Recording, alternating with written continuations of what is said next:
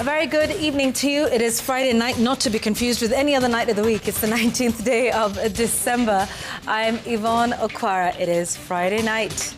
Yes, and good evening, everyone. My name is Emmanuel Ndungo. As usual, I'll be taking you through the sports news a little bit later on. We have medals at the Africa Youth Games and the ASK basketball finals to get through as well, and much more. Right, that and the top stories tonight.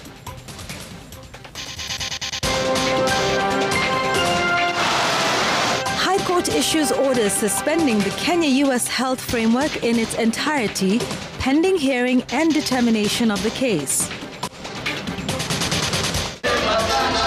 Stop insulting Kalonzo. Wiper Party hits back over President Ruto's attacks on Kalonzo Musyoka. No reprieve for former Kiambu Governor Ferdinand Waititu. High Court orders forfeiture of assets worth 131 million shillings. Anxiety among parents as the Ministry of Education fails to release senior school placements.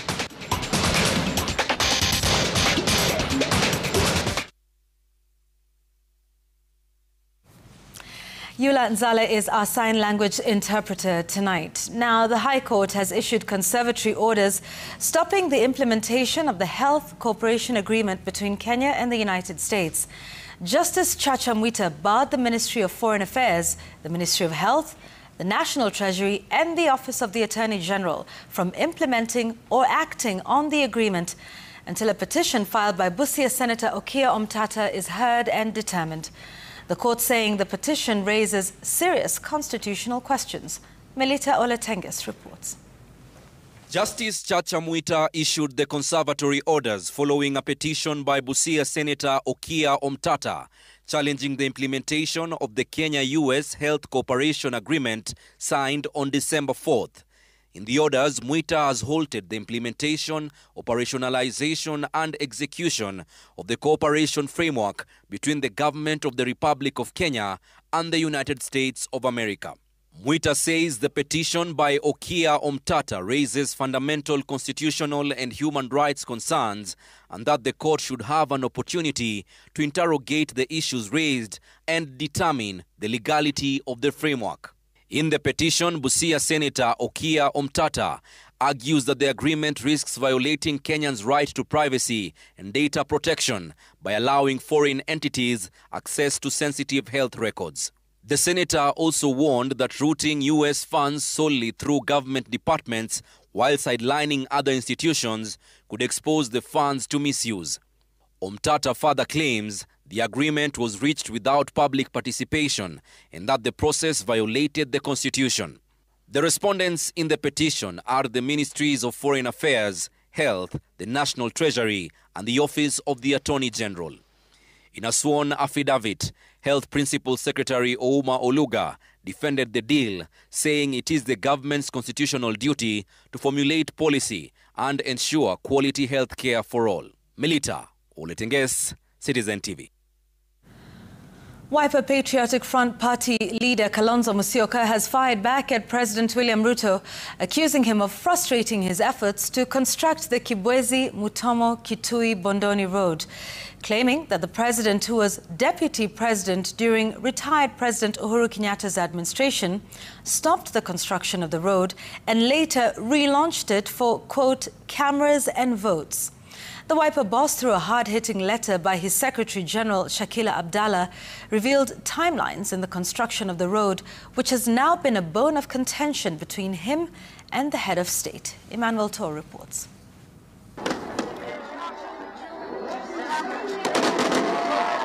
It has been an ongoing duel that is slowly mutating into a bare-knuckle battle between President William Ruto and Wiper leader Kalonzo Musyoka, with the Wiper boss Friday launching a scathing attack after the Thursday night missile from President William Ruto.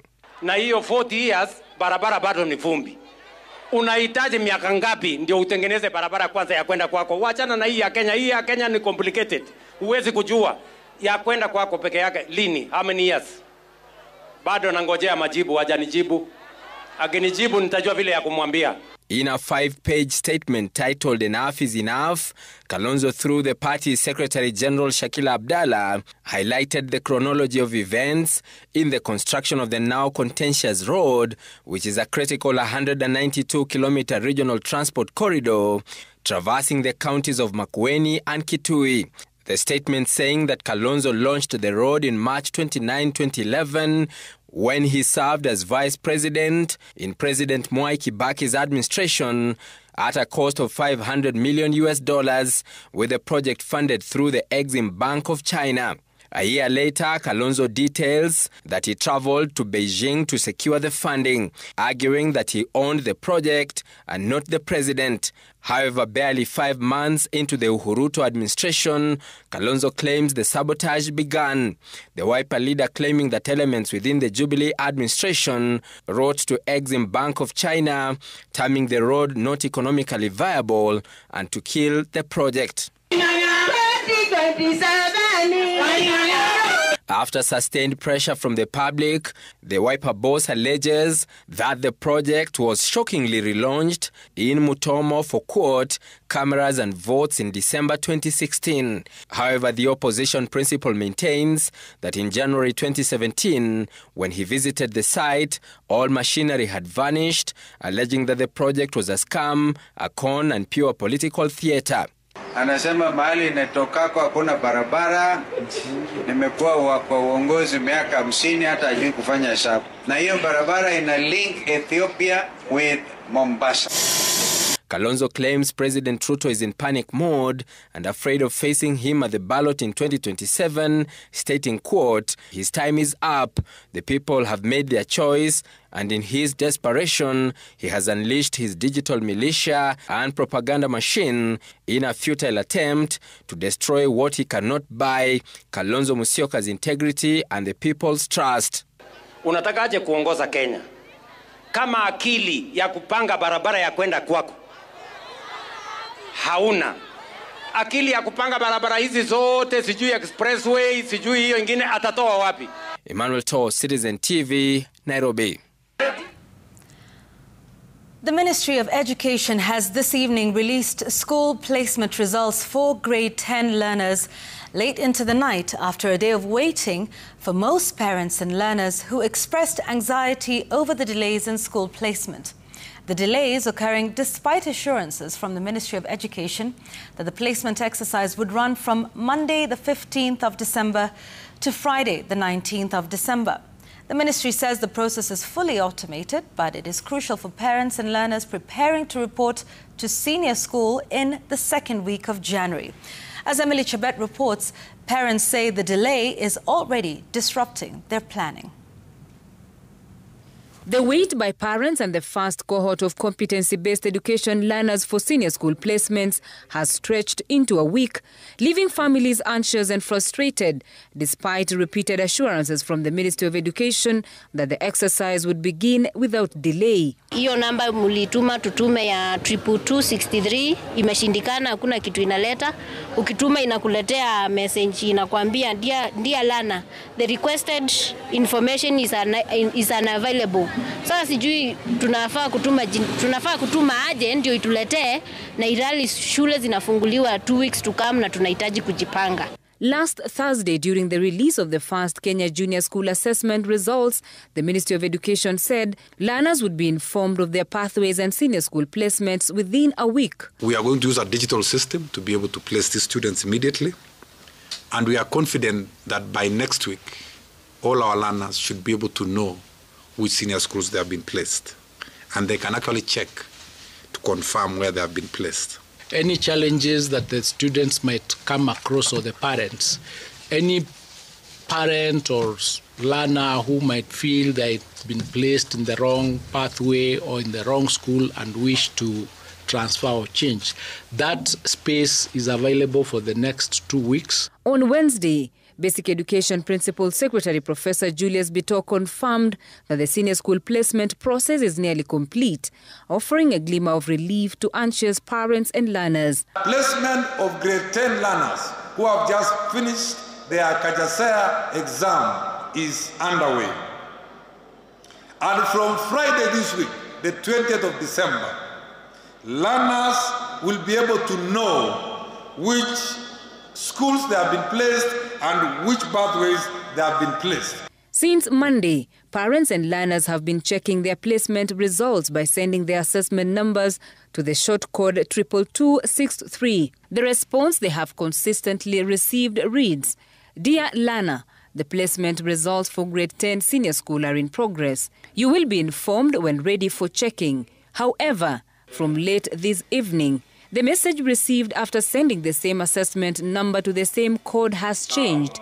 It now reads, Dear learner, the requested information is unavailable or the assessment number does not exist. Confirm that your assessment number is accurate. This has caused confusion and more anxiety. Tunataka kujipanga mambo ya school fees, uniform, transport mahali mtoto ameitwa, at least upate mambo ya shule ikifika, mzazi amejipanga. Parents are now urging the Ministry of Education to urgently provide clarity and a way forward. Emily Chebet, Citizen TV. The High Court has ordered the forfeiture of assets worth 131 million shillings belonging to former Kiambu Governor Ferdinand Waititu and his wife Susan Wangari Ndung'u after finding them to be unexplained wealth. This follows a suit filed by the Ethics and Anti-Corruption Commission alleging that Waititu amassed assets worth 1.94 billion shillings illegitimately when he served as Kabete MP and Kiambu Governor. Safin Achieng Oma details this latest development. Former Kiambu Governor Ferdinand Waititu has suffered yet another blow. This is after the court ordered for the forfeiture of property worth 131.2 million shillings. This includes a 10% deposit for a purchase worth 52 million shillings, 2 parcels of land in Thindigwa worth 32 million shillings each, a caterpillar worth 11 million shillings, and 2 vehicles worth 600,000 shillings each. The court further okayed the recovery of a parcel of land in Kitengela, Kajiado County, belonging to his wife, Susan Wangari, worth 3 million shillings. They having been by this judgment found to be unexplained wealth, it is hereby ordered that they be forfeited to the Kenya government. The Ethics and Anti-Corruption Commission had moved to court seeking the forfeiture of property worth over 1.94 billion belonging to Waititu and his wife, suspected to have been acquired illegitimately during the time Waititu served as Kabete Member of Parliament and later as Kiambu Governor. Waititu and his wife had opposed the suit, insisting that the properties were lawfully acquired through proceeds of loans and businesses. For the funds and the properties in respect of which are found there to be sufficient explanation, it is hereby ordered that they are forthwith discharged, and the preservation orders earlier granted for their preservation are hereby vacated. Justice Sifuna denied an application by EACC seeking to stay the orders dismissing forfeiture on part of the property, which the court found had satisfactory explanation on acquisition. So you've asked that properties be forfeited? Yes, my lord. The court has issued, has delivered its judgment and granted forfeiture on some assets, and it has declined forfeiture on the others. Yes, my lord. Yes. So if I was to grant your plea, is that not forfeiture through the back door? The decision by the court sets a powerful precedent for high-profile corruption cases, and it comes barely a year since Waititu was convicted on corruption charges and sentenced to 12 years in prison or a fine of 52.7 million shillings. This is after Waititu, along with his wife Wangari Ndung'u and other co-accused, were found guilty in a road contract graft case worth 588 million shillings. Safina Achieng Oma, Citizen TV. Tension remains high in Angata Barikoi, Narok County, where security agencies confirmed that at least 7 people have been killed in the past 3 weeks following a wave of deadly clashes. During a special security meeting led by Rift Valley Regional Commissioner Dr. Abdi Hassan, authorities revealed that 126 houses were torched in the violence as security officers moved to reassure residents of their safety. And as Crispin Otieno reports, hundreds have been displaced since the clashes began. A heart-wrenching scene unfolds inside Oloitong Primary School, now a temporary refuge for families displaced by violence. These families forced to flee their homes, living in constant fear of further attacks. Jane Kosgei, a mother of 3, struggles to prepare a simple meal for her children. She is one of the few who survived the brutal attack on Rotik village.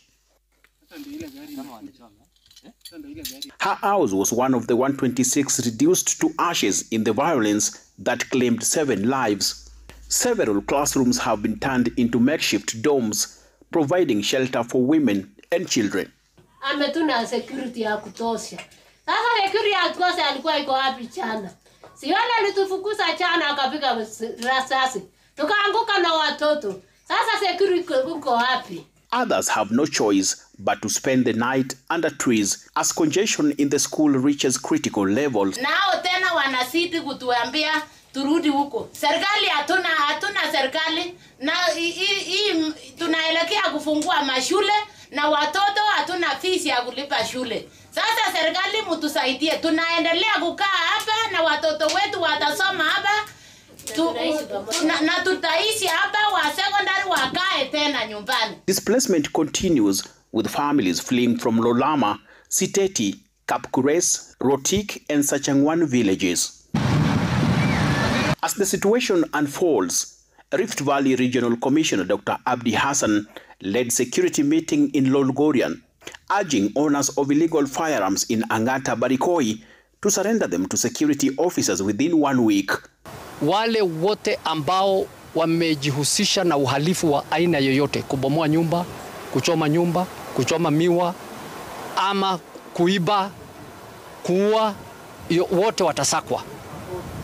They will be tracked, they will be looked for, we will search them, we will search for them, wherever they are, in their hideout, mahali yote wako ndani, tutawasaka, tuwakusanye, washughulikiwe na watengenezwe sawasawa. Dr. Hassan maintains that with the deployment of multi-agency security teams, residents can now return to their homes safely. Na tumekubaliana ni kusimamisha uhasama mara moja. Kusimamisha vita ya aina yoyote katika sehemu hii kuanzia jana. Sio leo, kuanzia jana. From yesterday tumesema ya kwamba hakutakuwa na makabiliano aina yoyote. The meeting also brought together elders from Masai and Kipsigis communities who pledged to work hand in hand with security agencies to restore peace. Na hakika tumeongoja hii amani sababu tumeumia na tumesumbuka sana. Lakini tukasema ya kwamba leo tunashukuru sana sababu amani inaenda kuingia ndani yetu na amani itaenda kukua sawasawa. Nimeshukuru Mungu kwa sababu amekuwa pamoja nasi tangu mwanzo hadi wakati tumemaliza. Tuna imani ya kwamba tunaenda kuongeleza vijana wetu na katika jamii zetu zote wawili ambao tumeishi tangu miaka ya zamani tumekuwa pamoja na hawa, tumeoana. While tension remains palpable in Angata Barikoi, even as residents are urged to go back to their homes, their concern is about security a week after their houses were torched. Crispin Otieno for Citizen TV, Transmara South, Narok County. There was tension at St. Mary's Mission Hospital, Nairobi today after unidentified individuals believed to be hired goons forcefully took over the facility in Langata, sparking panic among patients and staff. Eyewitnesses described a chaotic morning as the hospital's corridors and gates were overrun by the intruders, while rival management factions engaged in heated confrontations over control of the hospital. The standoff severely disrupted medical services, leaving vulnerable patients and healthcare workers caught in the middle of a deepening leadership crisis. Ode Francis now reports. A tense standoff unfolded at St. Mary's Hospital in Langata, lasting more than 2 hours after unidentified individuals stormed the facility and effectively seized control. The group, whose identities remain unknown, reportedly accessed all areas of the hospital, triggering chaos and confusion. Inside the premises, the intruders were seen welding shut the main administrative office, an apparent attempt to block access and assert control. Go. It is you to go. Go. It is you to go. You will come back to where it is you to go. Residential employees were not spared. Doors were forcefully broken into. The disruption left patients stranded, some in critical condition, with no medical personnel available to attend to them. Daktari mkubwa alikuja akasema anafaa aende ICU. Kwa nini mgonjwa akae sahi kwa kitanda anateseka atibiwi? Dr. William Charles Frieda, reportedly the hospital's founder, claimed responsibility for the operation, saying it was part of his effort to reclaim the facility. We had created this hospital. There was another group of people who unfortunately grabbed it under very questionable circumstances. However, the facility's current management challenged the legitimacy of the move, arguing that no formal order had been issued. We have not been served with any order, and upon getting here, we discovered that the goons were breaking into offices, welding doors so that the people who've been learning the hospitals could not access the hospitals. According to documents presented by Frieda, he left Nazareth Mission Hospital in 1995 and began establishing the St. Mary's Hospitals. In 1997, 10 acres of land were reportedly acquired through his collaboration with the Assumption Sisters of Nairobi. But 1998, tension had begun to surface. A company named St. Mary's Mission Hospital Nairobi Limited was registered in 1999, and the hospital itself was officially licensed in 2000. But in 2010, a new company was registered, this time excluding Frieda's name, marking a turning point in the ownership dispute. The latest confrontation appears to stem from contested directive, the legality of which remains unclear. Yet today, the question remains, who truly owns St. Mary's Mission Hospital? Is it the man who built it from the ground up with donor support and a vision from the poor, or the religious order that now claims its asset? As the legal battle continues, the fate of one of Kenya's most iconic mission hospitals hangs in the balance, caught between faith, finance, and founders' fight for justice. It is a battle that has been going on for a while now, with patients in this hospital not knowing today which move to take after goons invaded this hospital. The question is, with the two factions still at loggerheads, will the hospital continue treating patients in this hospital safely or not? Ode Francis, Citizen TV, St. Mary's, Langata. The National Transport and Safety Authority has issued a warning over the tampering of speed limiters in public service vehicles amid a rise in road accidents across the country. The NTSA Director of Road Safety, Andrew Kiplagat, who assessed the ongoing multi-agency highway crackdown ahead of the festive season along the Nairobi-Nakuru Highway, confirmed that a significant number of PSVs have been found tampering with the device. On their part, the National Police Service announced the deployment of Alcoblow to curb drink driving, aimed at protecting Kenyans on the roads. Gatete Njoroge reports.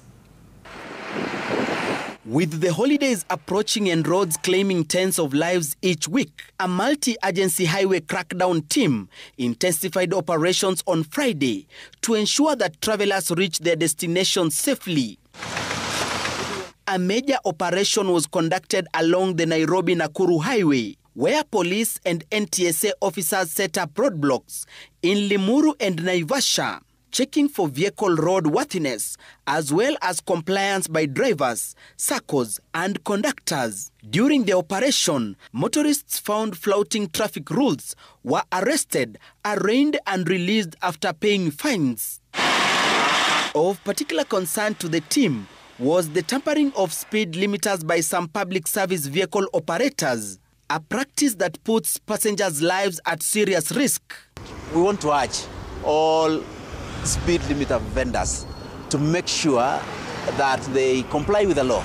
Their responsibility is to ensure that the speed limiters are functioning. Kenya Police Service Deputy Director of Operations, Tom Odero, who also monitored the operation, announced the deployment of alcoblows to curb cases of drunk driving, a persistent concern during the festive season.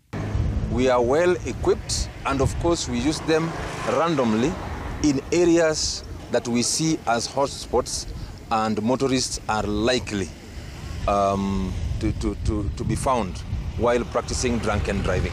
Meanwhile, NTSA has warned the public against falling victim to fraudsters operating fake websites and social media pages. The scammers are reportedly sending SMS messages, claiming traffic violation fines and urging recipients to pay through a specified link within a set deadline. The authority has reminded the public of its official SMS platform and website, where anyone in need of NTSA services can safely access information and make payments. Gatete Njoroge, Citizen TV. You're watching Friday Night. Let's take our first break here on the program this evening. We're back with more, including this.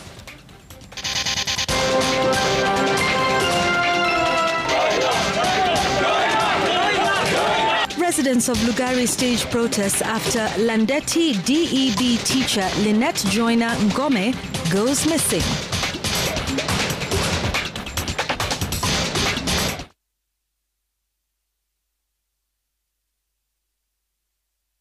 Msimu wa Krismasi ni msimu wa kuja pamoja kusherekea. Chakula kitamu ni kiungo muhimu sana kwa raha ya familia. Asante wa Kenya kwa kuchagua unga wa Raha Premium Kavagara, Raha Premium Ngano na Joymax Mwivoko Flour na kutufanya kuwa nambari 1 kote nchini. Asante sana kwa distributors na wauzaji wetu wote Kenya nzima kwa kuhakikisha kuna raha katika kila familia. Joy Millers Limited inakutakia Krismasi iliyo na raha na mwaka mpya wenye mafanikio.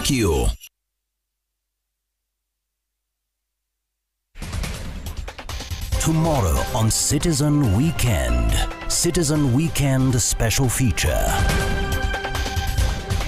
Our language does all of this and more.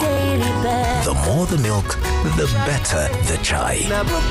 Chai Kweli in a Brookside Dairy Best.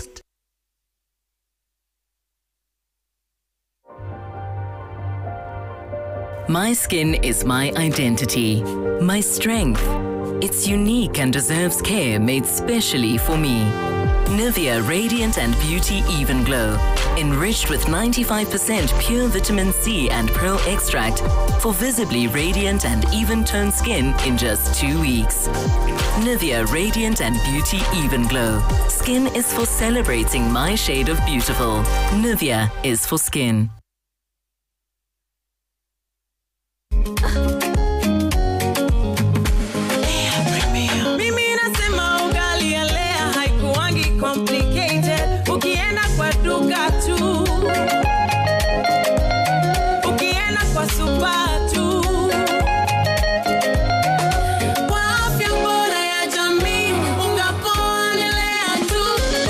Guys, hamwezeni wait?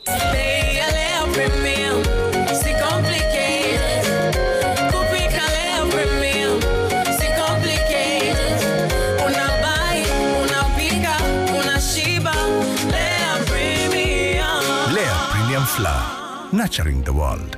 Available in a store near you.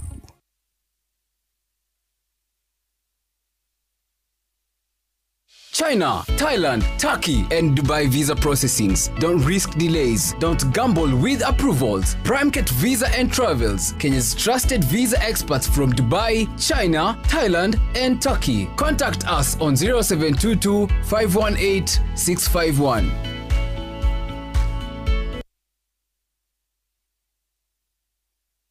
FOMO? We say no more FOMO. Not when you have happy hour. Scroll, stream, post, and play endlessly. It's your time for unlimited fun. Because when you have the happy hour bundle, you can do kila kitu. This is huge. At only 19 bob for 1 hour or 45 bob for 3 hours. All you have to do is download and use my Airtel app or simply dial *544#. Always be in the know. Buy the happy hour bundle today. Now bado tuna grow. Airtel. We love to share our cultures, and the one thing that unites us all, that celebrates precious moments, We all know the more the milk, nurtures our Kenyan spirit, welcomes,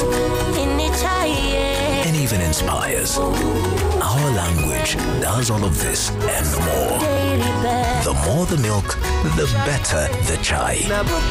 Chai Kweli in a Brookside Dairy Best. His future starts here. The boy can now join a community that nurtures his passion and prepares him for a successful man. With a range of academic programs, extracurricular activities, an environment fully charged to empower excellence. Admissions are ongoing.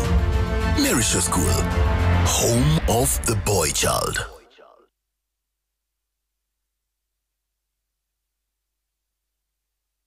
Are you a Kenya government civil servant na uko na emergency? Usijibox kwa noma. Borrowing on MyMobi has never been easier. Simply register, apply, approve, and get your cash in minutes.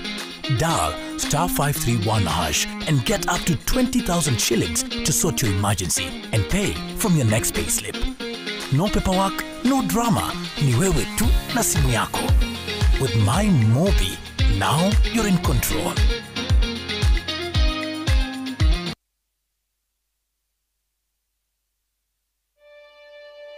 kote nchini, mbele tuendelee. Mbele, Kenya twende mbele. Kenya Twende Mbele. NCBA. Go for it.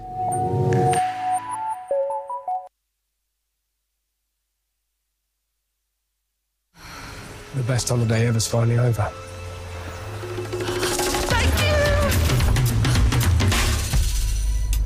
When you fly Emirates, your holiday isn't over until your flight is over. At St. Peter and Anne Medical Center, Ruaka, we believe healthcare is more than treatment. It's trust and unmatched care. Available 24/7 for emergency response and critical care, we are committed to investing in top-tier dental and imaging services. Utilizing advanced ultrasound and X-ray diagnostics guarantees precision at every stage of the process. Our inpatient wards offer comfort, safety, and compassion. Our modern laboratory delivers results you can trust. St. Peter and Anne Medical Center, here when you need us most. Your health is our priority.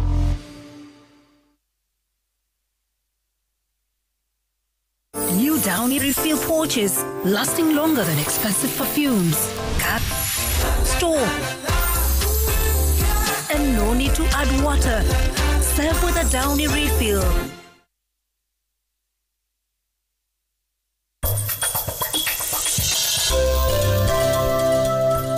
I still don't understand the man's sudden decision to leave the presidency.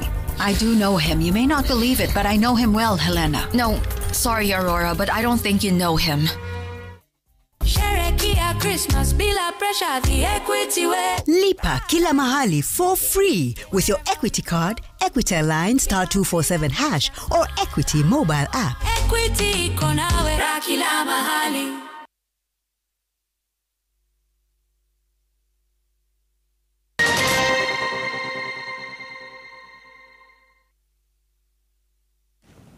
Succession politics took center stage during the burial ceremony of the late James Wetangula, brother of National Assembly Speaker Moses Wetangula.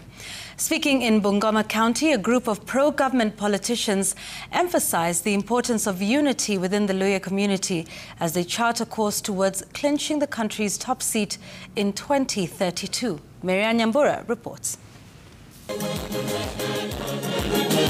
Kenya Kwanza leaders flocked to Tuti village in Kandui constituency, Bungoma County, to give a befitting send-off to James Wetangula, brother of National Assembly Speaker Moses Wetangula. The ceremony quickly turned political, with talk of the elusive Luhya unity dominating the event. Wacha tupendane, tutembee pamoja. James quarreled nobody. We want on his last day on earth to take a solemn oath among ourselves leaders that we must lead as a team, we must work together as a big family of this region to be able to be attractive to make friendship with other regions. Hapana maneno hii ambayo saa ingine tunaona hapa Mlembe, mtu anatokea tu huko na Kiingereza na Kiswahili mingi, anataka kuchallenge mpaka mtu ambaye amefika namba 3. Unasikia mtu ametokea sijui wapi huko na safari boot, anasema sijui nini na Kiswahili mingi. Kenya Kwanza leaders fronted Speaker Wetangula as a potential presidential candidate come 2032. This community has invested in you for over 40 years. Over 40 years. Nakumbuka wakati umeanza kama magistrate 1982. This cannot be in vain. At least tumeinvest kwako and it cannot be in vain. Tutaendelea kusimama na kutembea pamoja na wewe. Na mimi kama mama nitaongoza jeshi la women ya kutoka mkoa wa Magharibi tukisema bendera ya urais 2032 itakuja Western Province. The politicians affiliated with the Kenya Kwanza government rallied support for President William Ruto with reference to the 2027 election. Tukae chonjo na hiyo siasa ya Kenya iko na maneno mingi.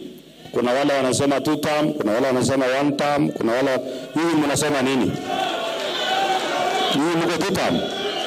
Hebu nione kama hii mko 2 term. Sisi tunataka siku nyingine Mheshimiwa Speaker, tuitane sisi wote na wananchi hawa ili tusemezane, tuwaambie yale ambayo individual tuliwaahidi tukitafuta kura yenu tumefanya hii. However, opposition leaders led by Bumula MP Wanami Wamboka criticized the Kenya Kwanza administration's proclaimed ambition of transforming Kenya into a first world state, saying pressing issues remain unaddressed. Lakini ndio ndege ya kwenda Singapore ikuwe na manufaa, lazima education system ambayo mzee amekufa akiwa alikuwa mwalimu, lazima hiyo system ikuwe sawa. Lazima shule zetu zifanye kazi, walimu wapate mambo yao, tukuwe na capitation kwa shule zetu. Ndio Singapore ikuwe reality healthcare, SHA. Marianne Nyambura, Citizen TV.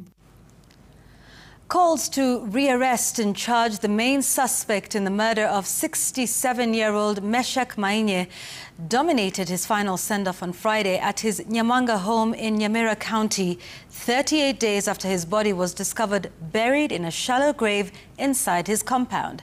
At the burial, emotions ran high as his wife, Mildred Were, recounted the agonizing search for her late husband, while the family continued to demand justice for Meshach. Kamau Mwangi has more details. Shrouded in grief, residents of Nyamwanga village gathered at the home of slain businessman Meshach Mainye to bid farewell to a man who until November 12 was their neighbor. His lifeless body was later found buried in a shallow grave inside his own home weeks after he was reported missing. The send-off carried the weight of a village still reeling from the shock of his murder.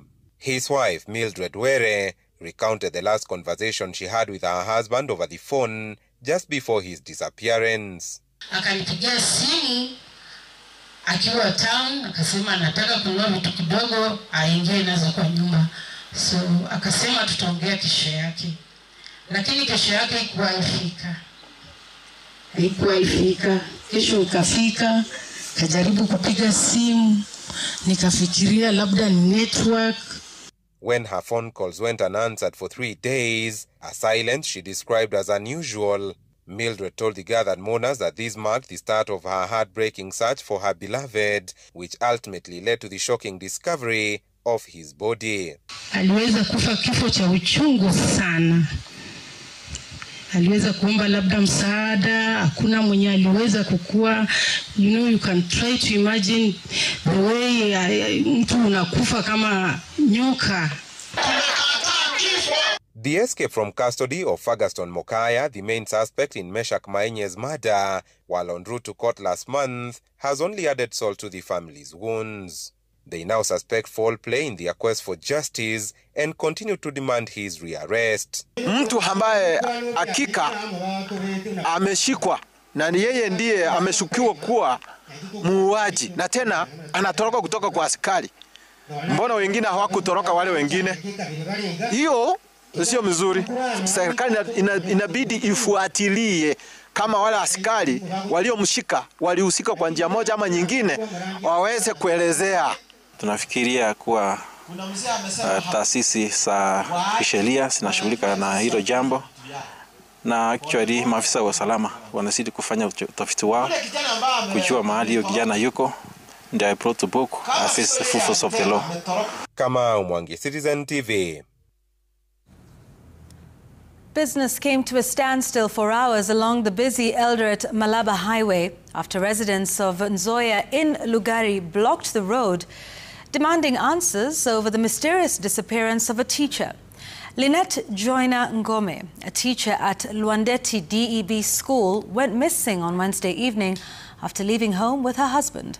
Her car was later found parked outside her parents' home, with the clothes she was last seen wearing still inside the vehicle. The family says they've searched police stations, hospitals and mortuaries without success. They're now calling on DCI detectives who visited their home and took away the vehicle for investigations to fast-track the probe and provide answers on her whereabouts.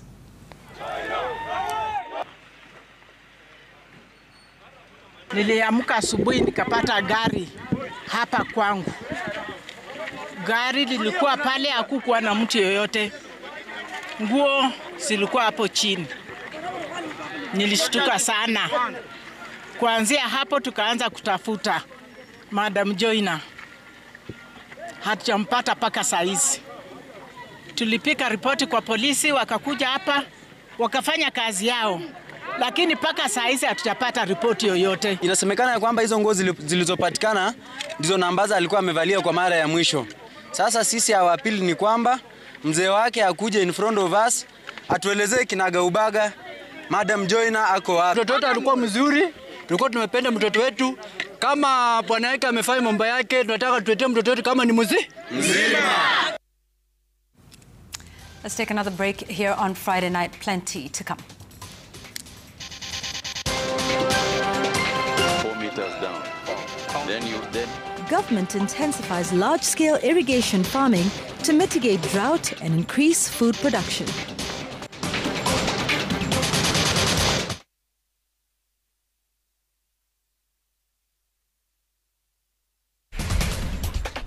Tomorrow on Citizen Weekend. Citizen Weekend special feature. Our language does all of this and more. The more the milk, the better the chai. Chai Kweli in a Brookside Dairy Best. The Loop Shopping Festival is on. Shop more, save more, enjoy up to 20% cashback when you pay with Loop across our partner merchants. You could get up to 5,000 bob back. Download Loop today. Discover great deals and start saving. Why wait? Loop it. KCSE graduate. Want to become a medic? Train at Jordan College of Technology. Enroll in our School of Medical and Health Sciences for courses like mortuary science, orthopedic and trauma medicine, perioperative theatre, caregiver, dental surgery, biomedical engineering, nutrition, health records, healthcare support, community health, science lab, and more. We boast modern, well-equipped skills labs, co-curricular activities, and have partnered with key hospitals for clinical rotations and attachments. Apply today for our January intake and train with the best. Visit us at our new ultra-modern campus, Jordan Towers, Thika Town. Jordan College of Technology, the leading TVET and medical institution in Kenya. Royal Mabati Factory Limited brings Christmas to your home. Get corrugated and box profile at $396 per meter, brick tile at $456, and Roman tile at $500. Relax at home and enjoy free delivery countrywide. Call us on 0722-638383 or order now at www.royalmabati.com.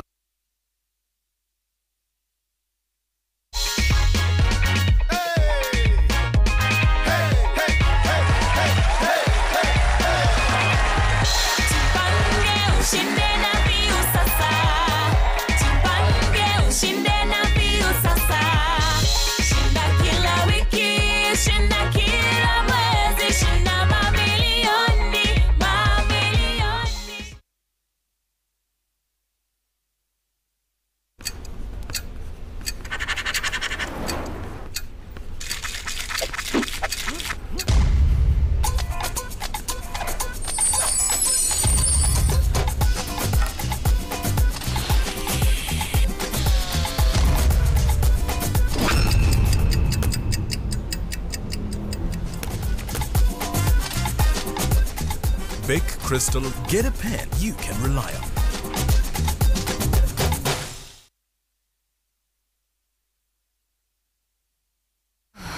Well, that's the holiday over.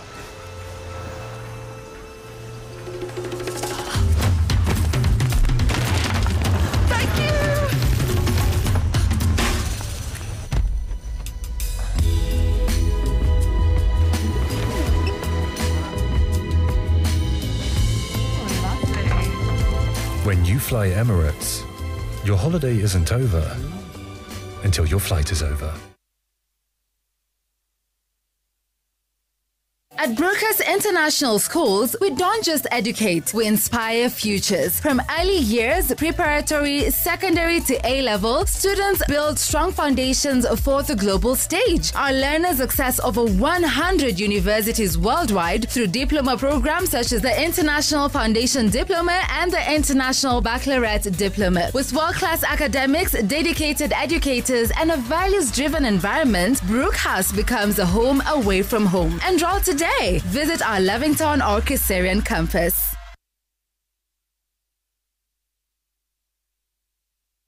This Christmas, Kidani wants to celebrate you, the homeowners, the fundi, and everyone that has built with us this year. From the 11th to the 22nd of this month, Kidani has got amazing deals and gifts just for you. Not forgetting about the Kidani gift hamper. And as we wrap up the year, we want to appreciate you for choosing a brand that keeps its word. This season is about gratitude, families, and building homes that stand strong.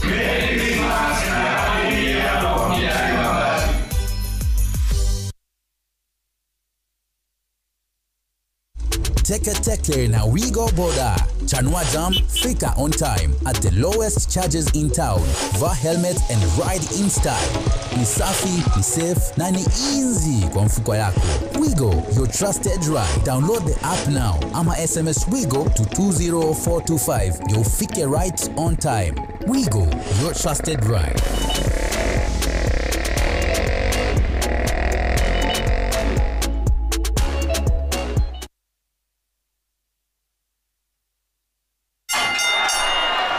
Acha buzz mingi. Bring what you got. Ikonyeshe who's boss. Reclaim your home. Rated strikes like lightning.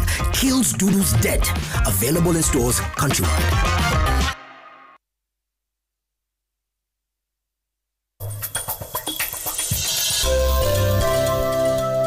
Umpende mke wako, umprotect. Na kama hutafanya hayo, mke wako hatakupenda kabisa. Stop hanging out with them. They're just looking for trouble to cause. Did you date Carlos?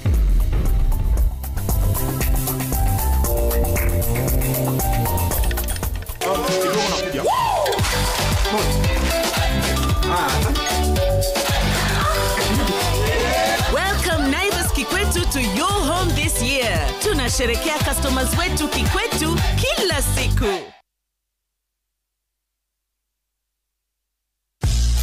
It was designed as an aid for those who failed to rise to the occasion.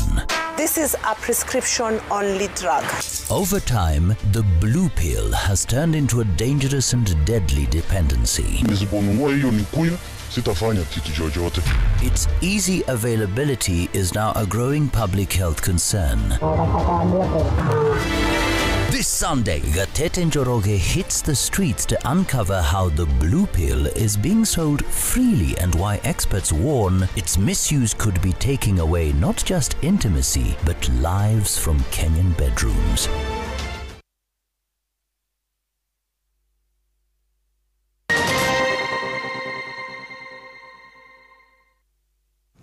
Welcome back. Now, the government says it is accelerating its shift towards irrigation-fed large-scale agriculture as a way of mitigation against recurrent droughts and climate volatility, which undermine rain-fed agriculture, warning that traditional production models can no longer meet the needs of a growing population.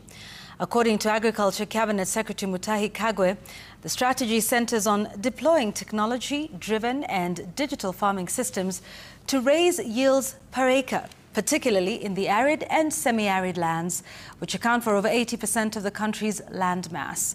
Kagwe noting that at the core of the government plan is the 1.8 million acre Galana Kulalu food security project, which he says will be opened under the Land Commercialization Initiative with local and international investors, promising that the process will be transparent and competitive.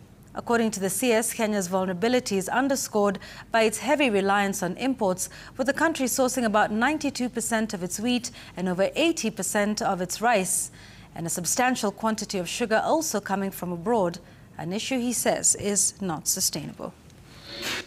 We are still importing food. You know, we are importing wheat, 92% of our wheat. We are importing rice, about 80% of our rice. We are importing sugar, and yes, I can see a time when we are going to deal with sugar because of the privatization of or leasing of sugar mills. So we have almost doubled the productivity of sugar. We expect not to import sugar by probably about 2028. But for this year, for next year, we are still importing sugar. And these imports is what we are trying, you know, with this large-scale farming, you know, to mitigate and reduce. Deputy President Kithure Kindiki says Kenya will tap into advanced technologies to take care of the country's wildlife and improve infrastructure to continue attracting more visitors. According to Kindiki, the tourism sector is key to economic growth. He emphasized the need to protect wildlife, which contributes greatly to the number of visitors. Speaking when he presided over the pass-out parade of Kenya Wildlife Cadets, the Deputy President emphasized the importance of diversifying tourism revenue to avert over-reliance on a few subsectors. The recruitment of 1,500 rangers and cadets is expected to improve their output, with the government committing to advance their skills through specialized training and to look into their welfare with a clear housing policy for officers in remote and high-risk stations.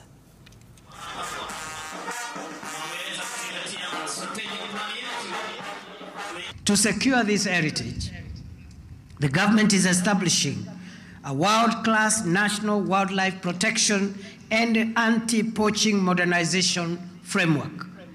We are integrating elite ranger units, intelligence-led operations, AI-enabled surveillance, drones, satellite-linked patrol systems, and modern command and control network across our protected areas.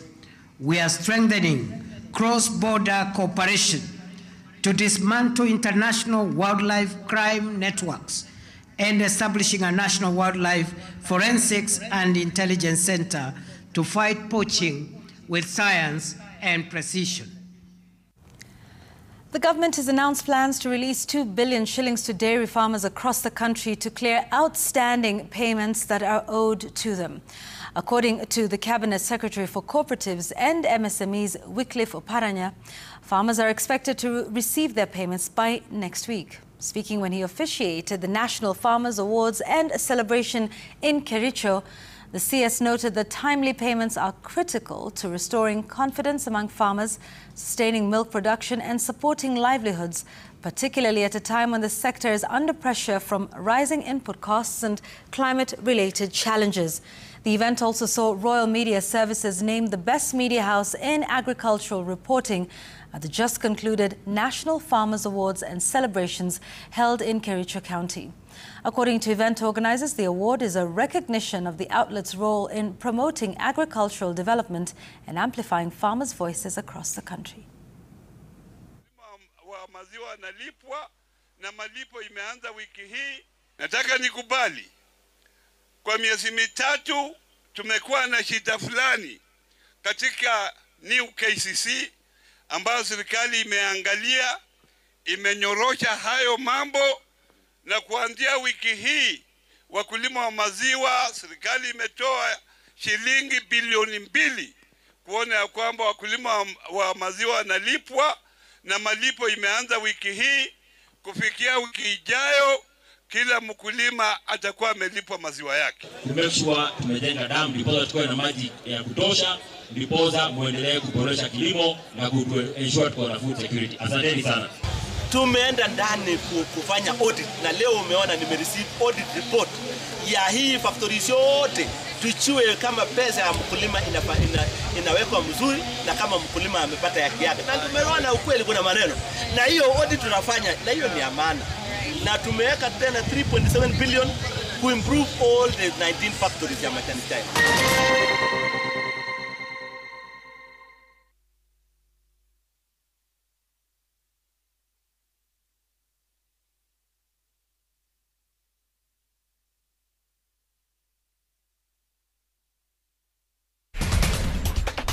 Tomorrow on Citizen Weekend. Citizen Weekend special feature. Our language does all of this and more. The more the milk, the better the chai. Chai kweli ina Brookside Dairy Best.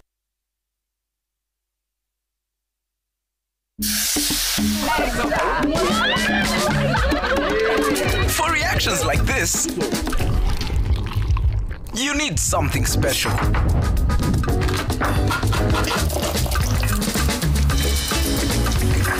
That one extra touch that makes everybody go wow.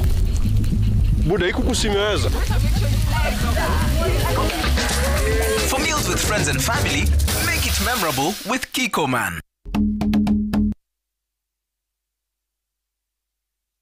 The Messiah people of Israel are expecting is about to be born. The prophet spoke of a king who would save the world. Look how big and bright that star is. It's a good star for he who knows how to read its sign. The shining of the star symbolized the birth of a new dawn, a new king. What's his name? His name is Jesus. It's impossible.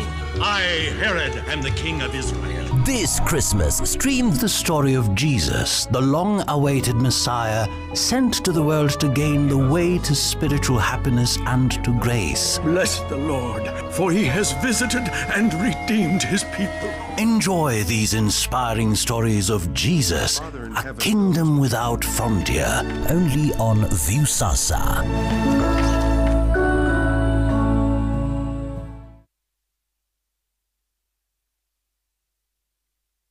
Don't let fall armyworms, caterpillars, or thrips destroy your crops. Introducing Truvet's Pressure 5EC, the powerful specialized pesticides that wipes them out faster than they can multiply. Pressure 5EC has a fast-moving penetrant that goes deep into plant leaves where the pests hide. For less than 450 bob per acre or 75 bob per 20-litre pump, it's safe for all crops. Available in Agrovet shops nationwide. Call 0740 333 337 or 8 or 9 now.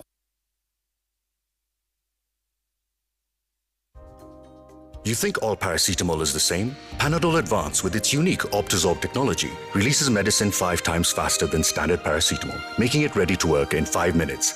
Try Panadol Advance for fast and effective relief from pain and fever. Fast relief at only 15 shillings per pair.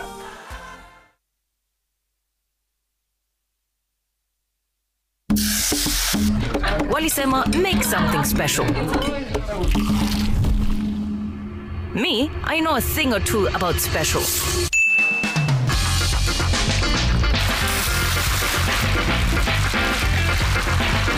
That's one extra touch that makes everyone at the table go, wow. We, mama, imeweza. For meals with friends and family, make it memorable with Kikoman.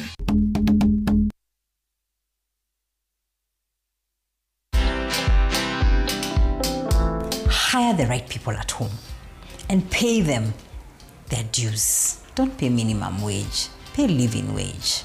There's a big difference. This idea of going home up country to get someone who doesn't even know how to flush a bathroom, a toilet, it is wrong. If your goal is to do that so you can pay them peanuts, for sure you will have more risks than you imagine.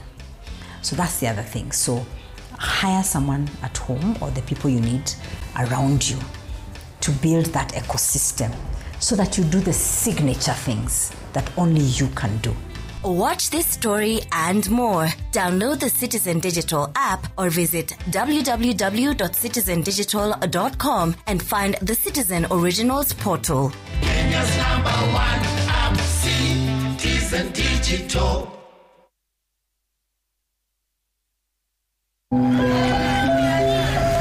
Sometimes you are overwhelmed and think one person can't do much. But then there's always this special moment.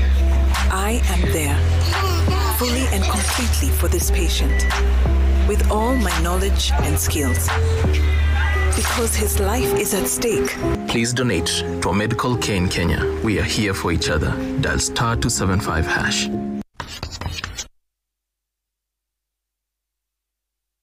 Great futures don't just happen, they are built. And yours begins the moment you choose the right place to grow. At Machakos Institute of Technology, we transform ideas into skills and dreams into real careers. Join a community where innovation thrives and success is a culture. Intake is ongoing. Call us on 0722-973-271. Machakos Institute of Technology. Skills for today, power for tomorrow.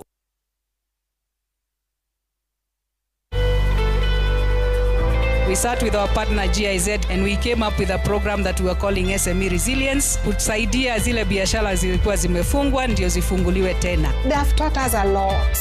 I didn't know something called BNC, how I should run my business. When I talk about financial inclusion, job creation and enterprise development, that really sits well with our core business as the bank.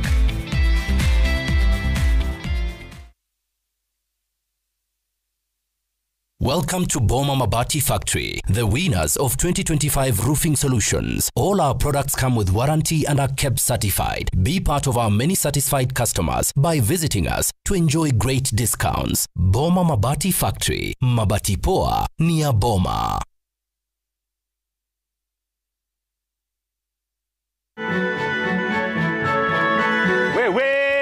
Huyu ni moja wa Inspector Mwala hapa. Kula mali huko, kani wasio kimao, kula sio kimao. Kani kawangware, kula kawangware. Na hata kama uko hapo hapo, wewe kula tu, lakini remember ya kwamba kula kwa kiasi, kwa maana hata unaweza umana. Remember kwamba let us share because it's a season of sharing. Merry, Merry Christmas. Ho, ho, ho, ho. Holidays are coming, holidays are coming, holidays are coming, holidays are coming.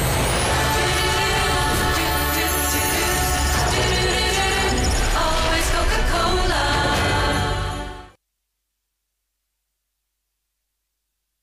Wezesha biashara na Absa One account. Sort biz yako with an SME loan. Download the Absa Kenya app, open an Absa One biashara account with 0 monthly fees. Absa, your story matters.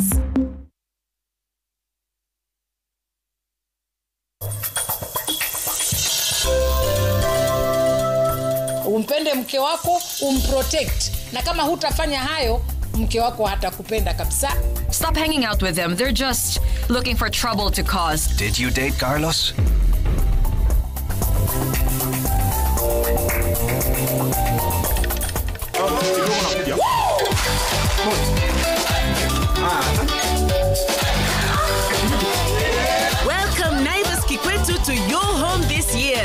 Tunasherekea customers wetu kikwetu kila siku.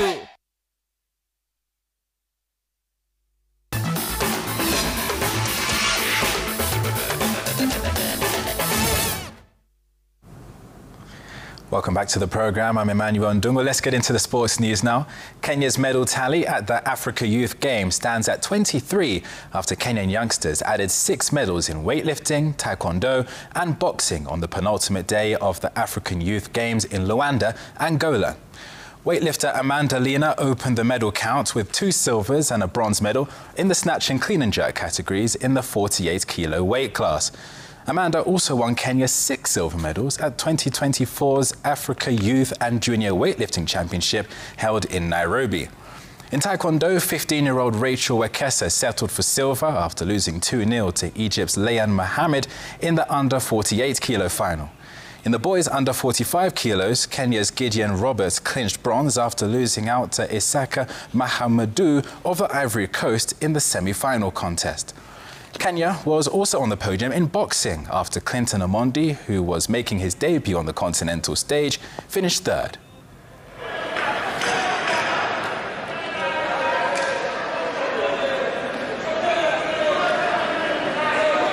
It's our first time tunapata silver na bronze kwa mchezo kama huu, na kulingana na vile tuli prepare our athletes. As a coach, I'm proud of my athletes, I'm proud of our country, I'm proud of myself. So na feel vizuri kama coach. The KDOC Warriors are the champions of the 2nd edition of the ASK basketball tournament after beating Demontor 65-55 in a thrilling final played at the Kasarani Indoor Arena. And as James Japicha reports, Starlets basketball took the ladies' crown after beating Sud Eagles 66-55 in the final. The highly anticipated final of the 2nd edition of the ASK Foundation Basketball Cup lived up to its expectations. KDOC Warriors that had a rough path to the finals were the winners, beating Dementa 65-55. First quarter ended 14 up before Dementa won the second quarter 13-10. Dementa continued with their best form in the 3rd quarter, winning 18-20. KDOC Warriors had to turn the tables in the last quarter, winning 20-11 to lift the cup. It's very, very interesting. It's a good tournament for these guys. I think it's the best thing that is happening to them. I think that whatever they are doing is really going to help them in terms of integration. Their skill levels are going to go up. South Sudanese, we have a lot of talent in basketball. And for the young people, they know that our national team is doing well. So some of them want to go to that level of representing the country in that. And it is started here. So you have to start from this tournament, and the next year, maybe you might find yourself in the national team. In the women's final, Starlets basketball became the champions, beating Juba Tigres 73-45. Starlets won the first 2 quarters 16-10 and 15-12, taking the game to the break, leading 31-22. The 3rd quarter as well as the last quarter were easy for Starlets, winning both and taking their first title in this tournament. It's have been amazing. We have learned a lot. We have competed. We have, at some point, most of us, the teams that were there were very competitive. And for us to make it here to the finals, it was something that we really fought for. Organized by the ASK Foundation, an initiative rooted in South Sudanese youth empowerment, the competition had doubled its size from its inaugural 2025 edition, reflecting its rising influence in both Kenya and the region's basketball ecosystem. We really need to step up in some way to encourage the youth to come up. So this is just a platform we have created for this youth to come in and showcase what they have. So what they do with it after here, I would say it's up to them in terms of basketball. Because after you are given a platform, someone has just given you wings. You go fly, do whatever you want with those wings, and that's what we have always been. The 2nd edition done and dusted, the organizers of the ASK Basketball Camp are planning to do this competition on a quarterly basis across East Africa, with Juba hosting the finals next year. James Opondo for Citizen Sports. Thanks very much for that story. Let's move on. The Kenya Academy of Sports will use trained teachers across the country to monitor emerging sports talents that were called up to the CAS Holiday Talent Camps in 7 regions across the country. Teachers that have been trained as coaches will monitor the players in school once the new term opens in January 2026. The 7 training centres are having camps of an average of 400 players in various sports disciplines for both boys and girls. The Musingu Centre for the Western region is hosting football, basketball, volleyball, hockey, as well as chess. The data for all players will be kept and will be used for monitoring and evaluation. The Kenya Academy of Sports is using qualified coaches seconded by the federations to conduct the 10 days of training.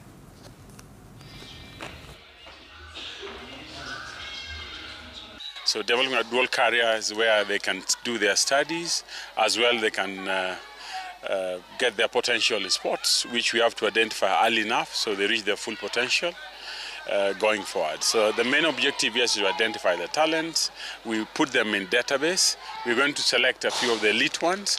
Of course, some of them are doing multiple sports. This is more or less a feeder to our national team because it starts from the GSS, it goes to the high school, and from the high school again we go to the national team. I think whatever the Kenya Academy of Sports are getting and this young generation who are coming in, it is a blessing to them because people like us grow up, we didn't have structures like this. In more sports, the Kenya men and women rollball teams lost their world titles to India in thrilling finals matches played in Dubai. The men's team lost 11-10, who become the new world champions. India did a double on Kenya as they edged out the women's team 3-2. And the Kenya men's team had edged out Iran 6-5 in a nail-biting semi-final, starting off with an early 2-1 lead before Iran fought back and tied the game 4-4 in regulation time. Kenya goalkeeper Victor Mutua saved a last-minute penalty to ensure Kenya advanced 6-5 in extra time.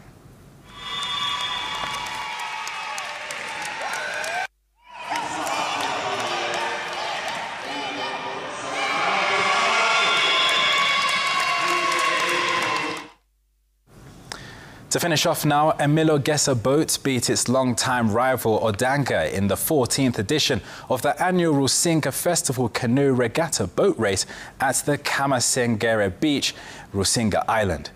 In a tightly contested race, Emilio Boat, named after the Suba North MP Millie Odhiambo, took an early lead in both the men and women's competition ahead of Odanga, maintaining the tempo to the end of the race. At hands to support the team was the area MP Millie Odhiambo, who appealed to the government to tighten security in the lake, especially during such competitions to avoid accidents. The competitors asked the government to mark canoe regatta as an official sport in the sports calendar to increase competition. We always make sure that there are boats following, even the Coast Guard, in case of any accidents, because it's competitive, and sometimes when it gets too much, the boats even hit each other and they can capsize. And there are actually 2. There's one Geza which always wins. It wasn't here today. So the one that was here today that won again is a bad girl. It means Juogi are speaking. It's a good one. This is our 4th time participating in the event. It's bringing the community together, showing our culture. So the participation has been a stiff one, but as victory farms, we've emerged victorious, just as the name suggests.